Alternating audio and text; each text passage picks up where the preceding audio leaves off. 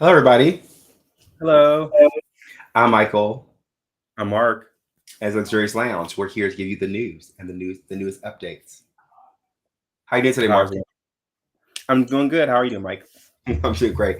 Make sure you comment, like, subscribe, leave comments. Really appreciate it a lot. So let's get started, shall we? Yeah, now before we start, just know that all the things we're going to topics we're going to discuss, pretty much we don't know what we're going to say. Michael doesn't know what I'm going to say, and he doesn't know what I'm going to say to him, and I don't know what he's going to say to me. But in general, it's just talking about just regular news, and then you'll get our honest reactions, what we kind of get from that. So I'll go first. Okay. So the first thing I have you heard the story? It's called I call it Bison Be Damned. Bison Be Damned. A man pled guilty to picking up a Yellowstone bison calf that was rejected by the herd, and it was ended up being euthanized. So apparently, some person went to Yellowstone National Park, went up to a bison that was part of a herd, and basically pretty much handled it. Of course, with how the herd mentality is that they don't accept a calf once it's been touched. So unfortunately, it wasn't able to go back into the herd, and the park had to euthanize the animal. So a judge ordered him to pay a fine of $500 on this. What do you think about this, bro? Yeah, I think the fine should have been higher, but I think I agree. I mean, that's just what animals do, right? So, I mean, it can't survive on its own, being that young. So it has to be put away. And like, guess, and if it's such a national park, why would you bother an animal in a national park? It's kind of strange. So, yeah. Totally How about agree. you? What do you think? I agree. I think it just anytime you go to a national park. I mean, I know some parks, it's cool. We bring your dog over to it, or other regular like domestic animals are there. It's okay. But when you go to a park that's national and it has like animals that are from the wild, it's important not to disturb the wildlife as much as possible. Yeah, and it should be heftier fine. So I think I'm next, right? You're next, bro. It's up your alley, Marks. Do you about that NASA aims to publish its first report on identified anonymous phenomena, also known as unidentified flying objects and UFOs, by midsummer this year. So Oh wow, that sounds. yeah, yeah. So what do you think about that? I guess what bro was saying pretty much is up my alley because I used to work for NASA. But no, I say that's pretty phenomenal. I mean, we've all known for a long time that there are so many different unexplained, uh, you know, entities out there. So it's good that they're going to publish something that kind of gives a bit more information and kind of removes the veil from that unknown, I guess, possibility. So what do you think, bro? I think it's kind of funny. I think it's like it's systematically kind of it's almost like they're trying to breadcrumb us slowly into bigger things. I don't know why it feels like a setup in some way. I don't know why I feel that way, or a stage for something else. I don't know why I feel that way. Or why I feel that way. Are you alluding to the fact they may actually eventually have like people, or not people, but aliens to come to the planet? They're Or already here. They're already here. already here, they're going to have us. It's something weird. It's something that it just seems really weird. Also, now you're gonna do it all these years. Now you're gonna do it. That's my opinion. That's all I'm Yeah, saying. I can see Okay, that. your turn, bro. Sure. So I have one. It's called Bibbidi Bobbidi Bias. So Bye. there's a male Disney character, and more just a male Disney employee dressed as a fairy godmother sparks outrage the park. So basically, he dressed as the old fairy godmother. Pretty much, one person commented the bouquet is a big deal for girls when they go there. They have this little fantasy, and now they see this guy dressed like this. He just doesn't seem to enjoy his job that much, and honestly, I feel like pretty much that men should not pretend to be women. So people were outraged about that. But funny enough, someone else, more people were actually also more outraged about that the dress itself costs 250 to $450. Also expensive. So what do you think about this incident, bro? I think it's crazy. I think yeah, it's a lot. It's a lot. I feel like so these are the person was dressed like the fairy. Did they borrow the outfit from He's an employee that was dressed like a fairy godmother. hmm. And he got upset because he was a man, just as a. I mean, it's fictional characters too, by the way. So it's kind of like a fictional character. Like at the end of the day, it's like I understand rules and I understand all that, but at the end of the day, it's like a fictional character. It's like it's just like a dragon. Would you get upset such like a dragon? It's not real. And I get it. I get it. I understand the male, female. I understand that too. But it's like, I don't know.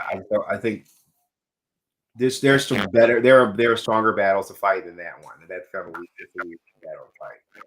I agree. And I'm listening because I actually had a conversation about this on the other actually today about just the new Disney Mermaid, Little Mermaid, and everything else. I feel like to me, it's very unusual to me that, especially if you're part of a minority group yourself, or you're part of a group where you're othered, and then you look at it and say, oh, well, I don't like it's traditionally set the right, the right tone for this particular show.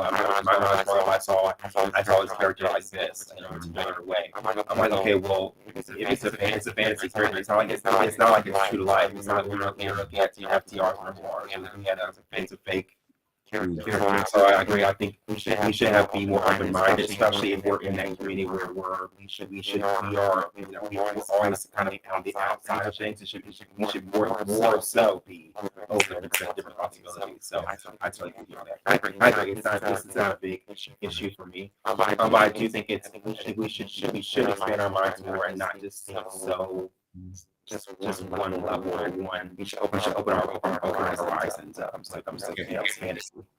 Okay, we'll be right back.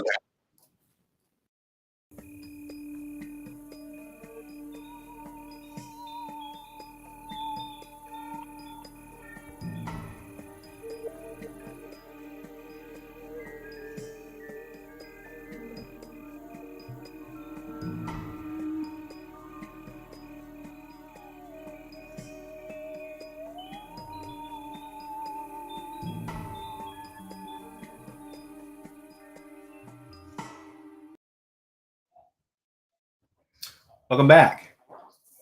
Yes, so I'm with the next story. Can you hear me? Your volume's on yours. I don't hear your volume on you. So he'll figure that out. I'll go with the next story while we're waiting for your volume to come back.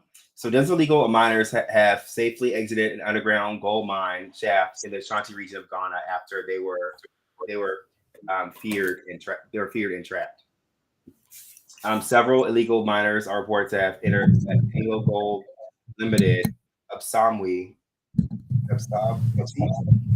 mines in Anwaim, and let's see, in search of gold deposits. However, the miners found themselves unable to exit after the entrance, and they got stuck. There are a total of 86 legal miners, and they are all let's see, currently in custody of Ghana Police Services as of Wednesday, so as of today. Yeah. So, what do you think about that? Wow, so you're saying that they're legit miners got stuck? No, they're illegal. They went into a mine to find gold in another company. Oh, well, I think, in my opinion, like if you're not supposed to be somewhere and you're caught in something, honestly, that's on you. Like if it's something where you have the certain the rights to go to that place, and if you don't have the rights and you're actually going to some place that you're trespassing, then I feel that's ridiculous. I'm gonna tell you my opinion. My opinion is this though, but you think about the companies that are there. They took that land. They took that land by whatever means they took it. Oh, I didn't know that. I'm saying in general, any foreign company that's mining in Africa, they did some sort of illegal, they did bartering or did something, right? So that the resource belongs to the continent anyway. The people. I mean, them going in and stealing back their own gold. It's like, I don't know. I feel like whatever. Oh, that's fine. Then that's fine. Yeah. I thought I don't really care. I feel like to me, it's like you kind of went there and took the resources from that continent anyway. So who cares if they get their own resources back? I kind of totally agree. That's my opinion. That's my opinionation. Sure. Okay. So here's one. So Venice and the Green Menace. Images on social media show a bright patch of green water in the canal embankment line with restaurants. Zia said officials had requested police to investigate and determine what's responsible. It's Zia environmental authorities are also testing the water. Police in Venice are investigating the source of a phosphoric green liquid patch that appeared Sunday in the city's famed Grand Canal. So, what do you think about this green? Yeah, they should close down the restaurants to figure out what that is. It's poisonous or combustible or whatever. They need to check out. See what that is first for people are just exposed to it, or we get another pandemic 2.0. You need to figure out what that is. I mean, it's giving green fire from Game of Thrones. It really is. Yeah. Yeah, I mean, should we just get our goblet, sits outside, and just watch it as the world explode? I mean, I don't know. Like seriously, no. In a bad leather outfit. No. I Okay, here you go, bro. What's your Okay. next? Okay. So okay. Okay. Auschwitz Museum criticized use of death camps in politics after ruling party uses it in a political ad. So, the Auschwitz Memorial Museum was denounced a political spot by Poland's ruler party that uses the theme of Nazi Germany extermination camps to discourage participants in upcoming anti-government march. What do you think about that?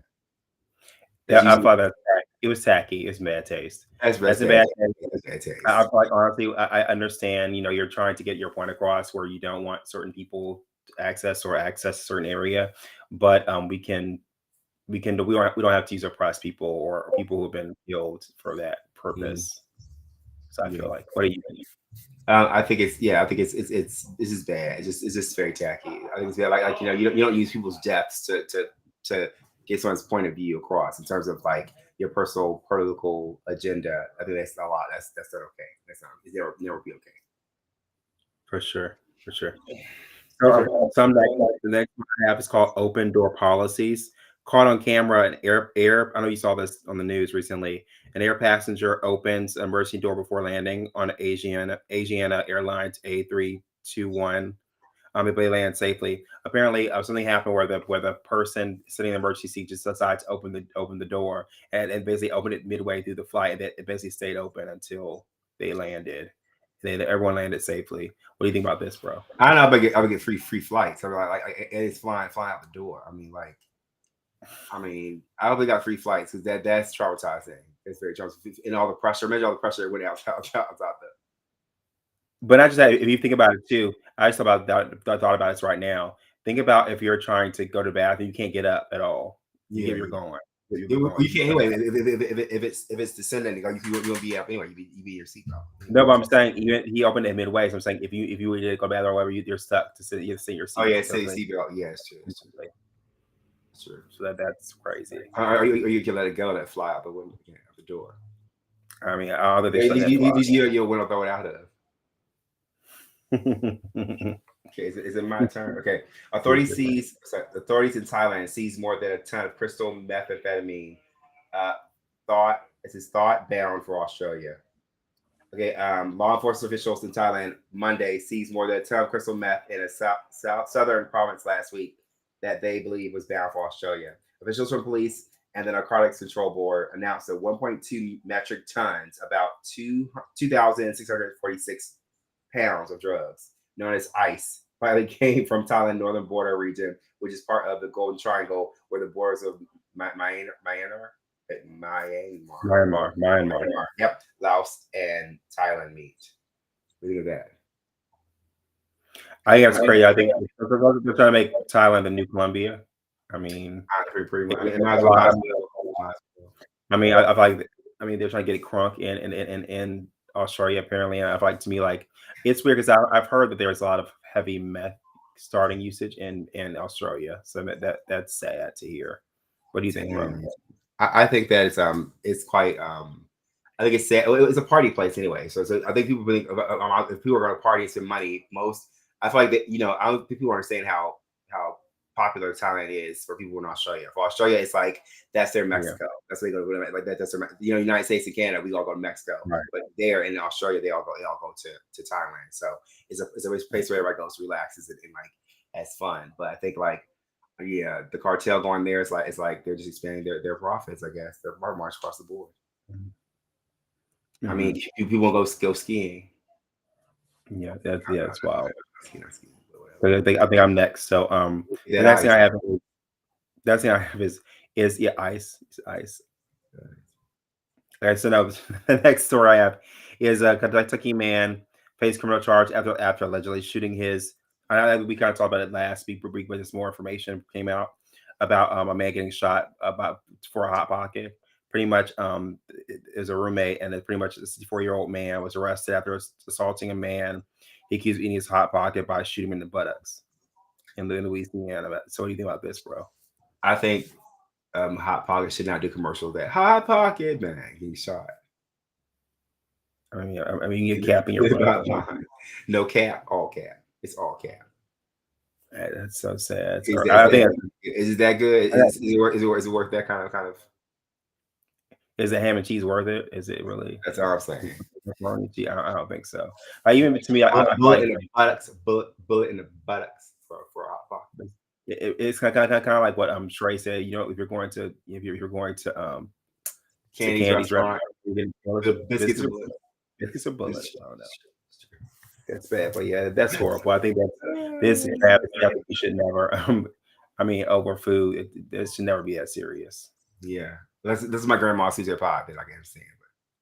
But that's different. That's a different story. That's all right. So back to airlines, because you get airline, I have airline one too.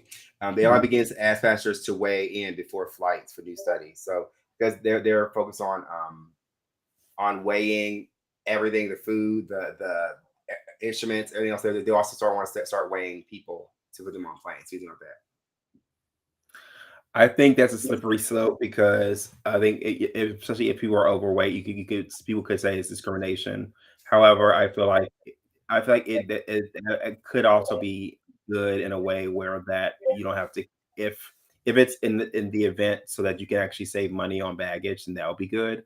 But if it's an event where you're trying to just pretty much be discriminatory of people who are large, I thought that's not a good idea. So what do you think, bro?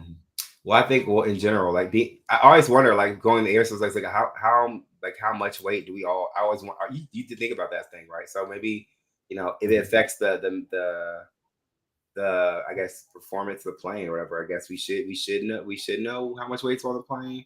But I agree, it's turned to like discriminatory use, like where you like say, oh well, we're over you can't join that. I think that's not right. So I think we need to be balanced, very balanced to me. What do you think? I agree. So in my very last story is it's called I call it Chocolate Rain. So in crappy news, So in crappy news, Minnesota residents hit with poop rain fall from the sky. They said, I was looking around, who threw it at us? But we come to find out that basically they were under a flight path from a plane, so that dropped from the aircraft. So what do you think about this?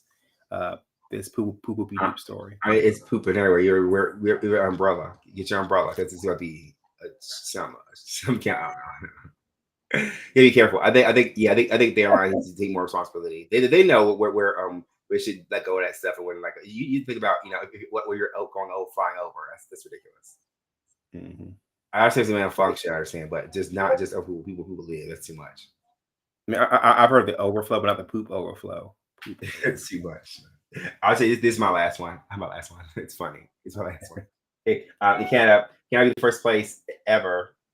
first country in the world where warning labels must appear on individual cigarettes. Wow. Each individual cigarette has a warning on it. What do you think of that? I think that sounds like they're just trying to get people to stop smoking completely, and also they're trying to get like cigarette companies to be annoyed. And so if you think every single little teeny tiny cigarette, that's hilarious. I feel like that's like, I mean, all I can think of is they could try to print it on with ink, or they can try to package. That's a lot. And is that gonna be toxic? The stamping warnings on the, or maybe it's a package it's in or something. I'm not sure how it's going. That's crazy. Is it like you're getting like a small little candy, little unwrap it. It's so weird. It's a lot. Well, that's our show for today, everybody. That's it, guys. Do you have any interesting shows you've been watching or anything, bro? Comment, like, subscribe, donate. Everything's awesome. And we'll see you all next time. Yeah. Bye.